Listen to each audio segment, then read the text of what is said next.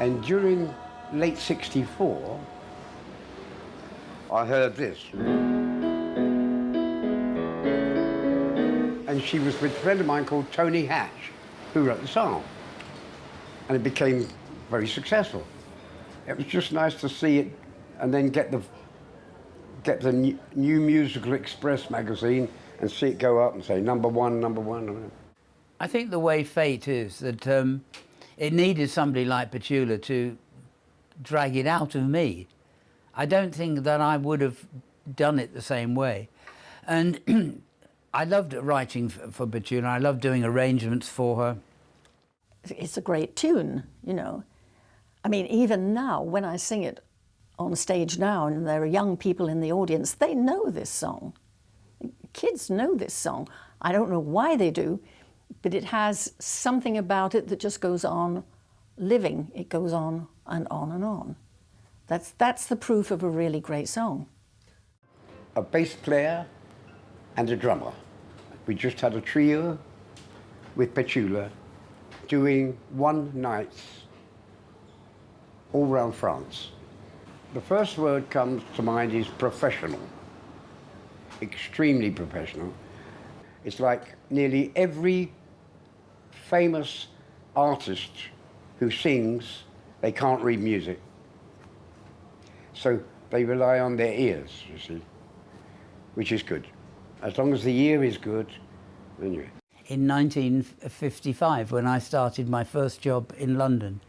So all the songs that you wanted people to hear, people used to come into the office, singers come into the office, and I would play the piano for them and sing the song.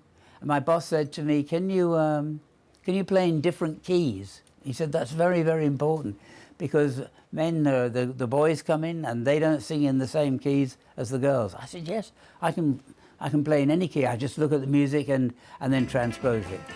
And that's when I started to move forward in the music business. I joined Pye Records, and already Petula was there. And Petula had already had lots of hit records by the time I came to work there. So, and that's how I met her. My boss at Pye Records said, I want you to come to a recording session we're doing with Petula Clark, and we're recording a song called Sailor, which was one of her very big hits.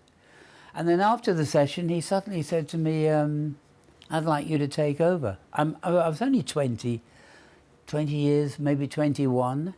I said, very young to be taking over somebody like Petula. And he said, but it's a young people's business, the record business. And you write and you can, you know, listen to music and choose music. And he said, I think you'd be very, very good for her.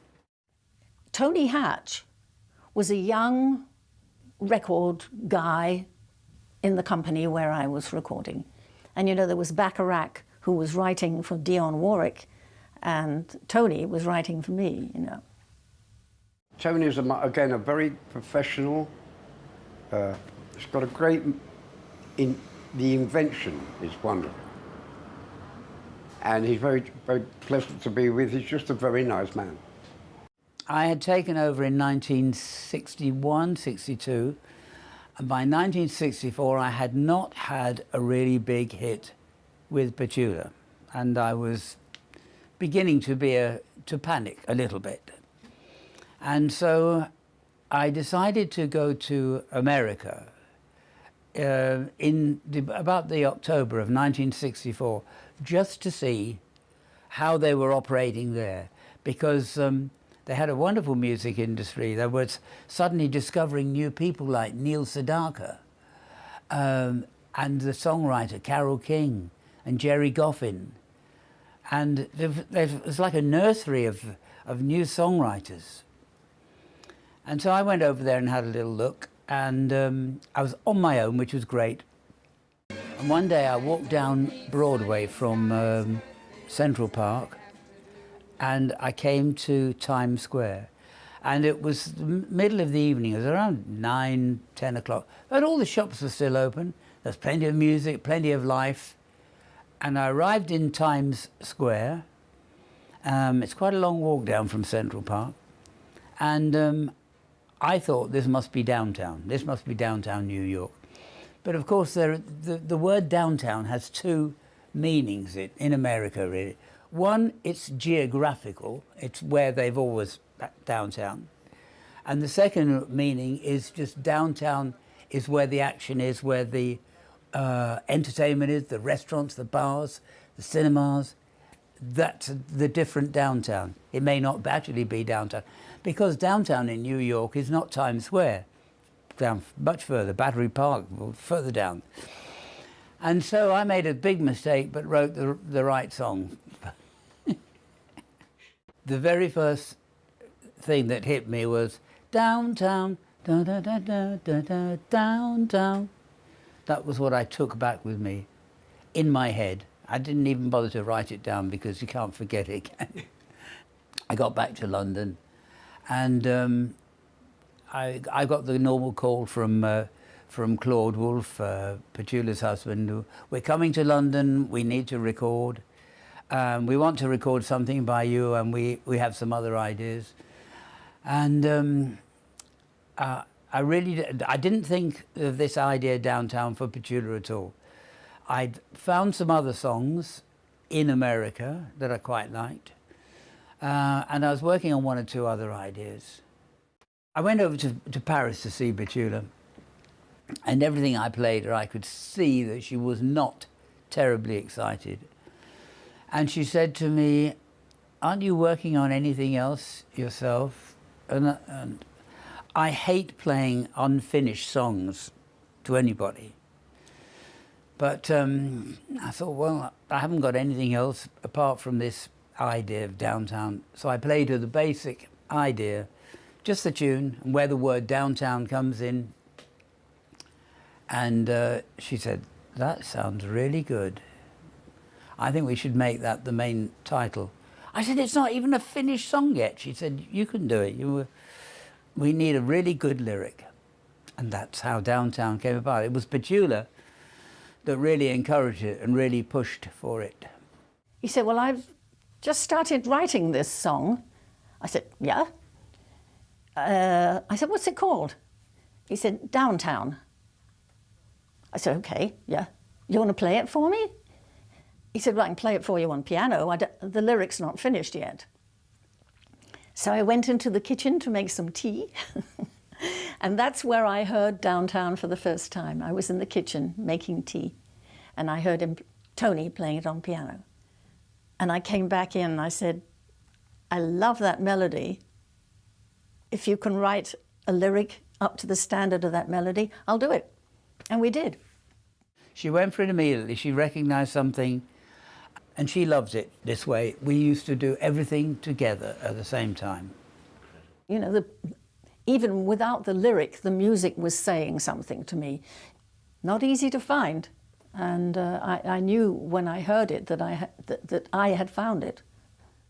And I do remember that when we first ran through Downtown in the studio, at that moment I knew we had something different.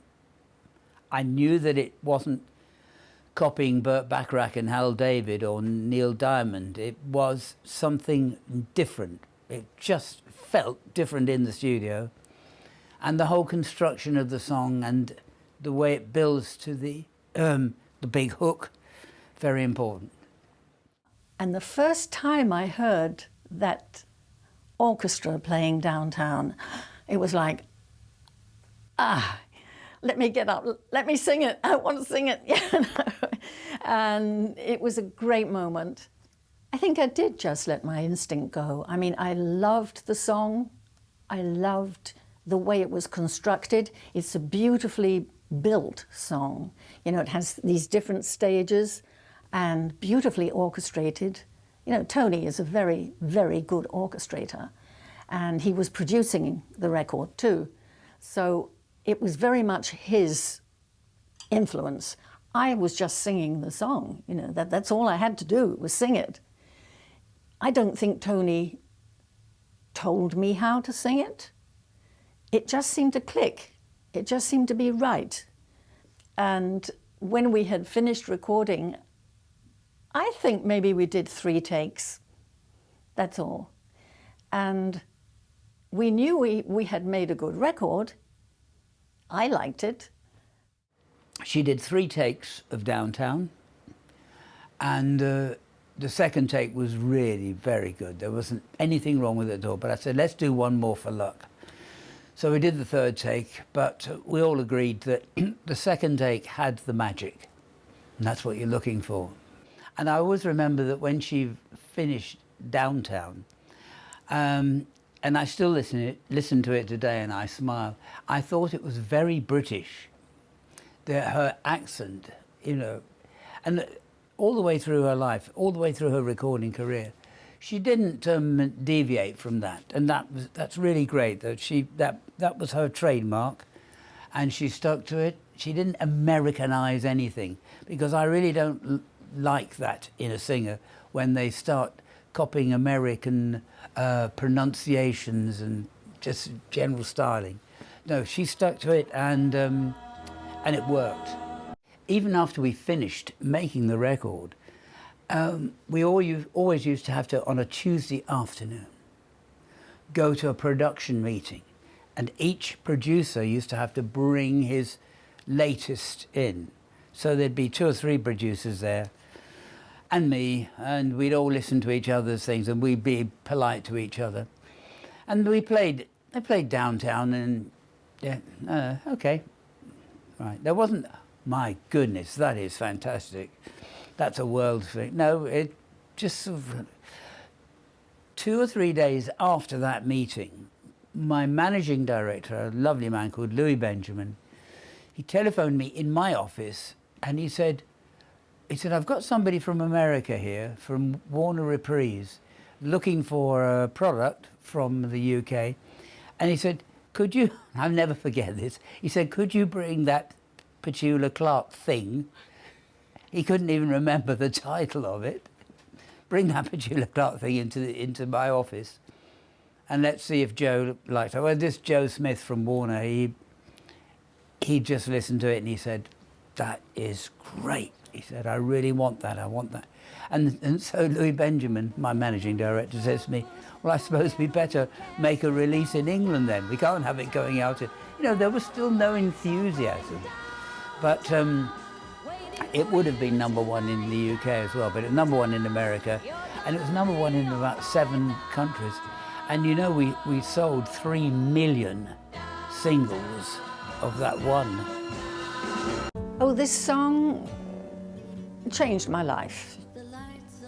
My life has changed several times through the years. There have been several different phases in my life, but the Downtown phase was probably the most important.